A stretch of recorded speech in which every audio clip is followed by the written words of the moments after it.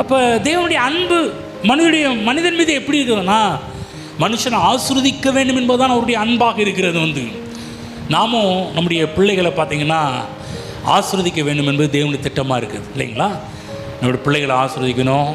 இன்றைக்கி நான் கூட உங்களுக்கு என்ன பண்ணுறேன், உங்களை ஆசீர்வதிக்க முடியும் தான் வந்திருக்கிறேன். உங்களை ஆசீர்வதிக்க முடியும் தான் நல்ல வார்த்தைகளை பேசி கொண்டிருக்கிறேன். நல் வார்த்தைகளை அவருடைய வார்த்தையிலிருந்து காண்பித்து கொண்டிருக்கிறேன். அப்போ தேவனுக்காக, மனிதனுக்காக தேவனுடைய திட்டம் என்ன? ஆசீர்வாதம். என்னை பற்றி தேவனுடைய திட்டம் என்ன? ஆசீர்வாதம். என் குடும்பத்தை பற்றி தேவனுடைய திட்டம் என்ன?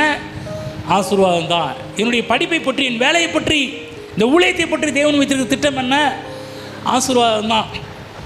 அன்றைக்கு நேரத்தில் பிறந்த உலகத்தின் காரியத்தெல்லாம் கேட்டு நம்ம கடவுளை பற்றி தப்பாகவே நினைக்க ஆரம்பிச்சிடும். ஒருவேளை கர்த்தர் இப்படி பண்ணுவாரோ, அப்படி பண்ணுவாரோ, அது செய்வார், இது செய்வார். கிடையாதுங்க. இந்த மனது முக்கியம். ரெகுலேட்டரை திருப்பணும். இந்த மனதை டியூன் பண்ணணும். இந்த மனதை தேவனுடைய வார்த்தைக்கு நேராக டியூன் பண்ணணும். இந்த மனதை தேவனுடைய காரியத்துக்கு நேராக, தேவனுடைய நோக்கத்துக்கு நேராக மைண்டை டியூன் பண்ணணும். என்ன டியூன்? என்னை ஆசீர்வதிப்பதான் கர்த்தருக்கு பிரியம் என்கின்ற காரியத்தை மனதில் கொண்டு போய் வைக்க வேண்டும். ஆகவே தான்